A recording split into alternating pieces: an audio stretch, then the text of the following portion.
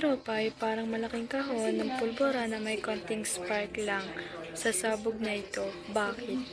Dahil puno ito ng imperialismo kung saan nag-aagawan ang mga bansa sa kolonya. Nasyonalismo kung saan lumakasi ang panawagang makamit ang kalayaan. Militarismo kung saan nagpapalakas ng bukbot at armas.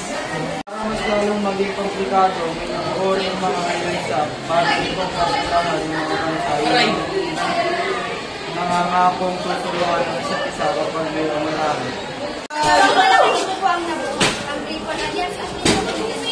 Triple Alliance ay binubuo ng bansang Germany, Austria, Hungary, at Italy. Samantalang ang Triple Entente naman ay binubuo ng France, Great Britain, at Russia. At ang nagpasiklab ng lahat, isang assassination noong Hunyo 28, 1914, pinaslang ni Archduke Franz Ferdinand ang tagapagmana ng Austria-Hungary habang nasa Sarajevo. Ang patunay si Gavrilo Princip. Para sa Germany, ito ay malaking insulto.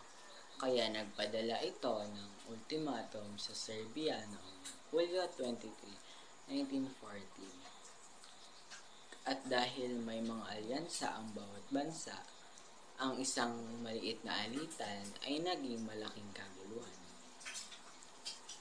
Noong Hulyo 28, 1914, nagsimula ang digmaan. Parang domino, isang bansa ang gumalaw, sumunod ang lahat.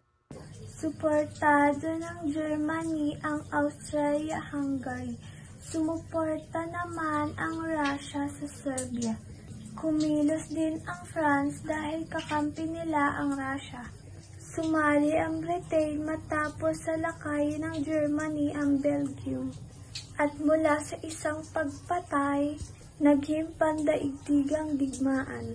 At ayun, ang pinaikling kwento ng unang digmaang pandaigdig. Isang digmaan na nagbago ng bansa, ideolohiya at mundo.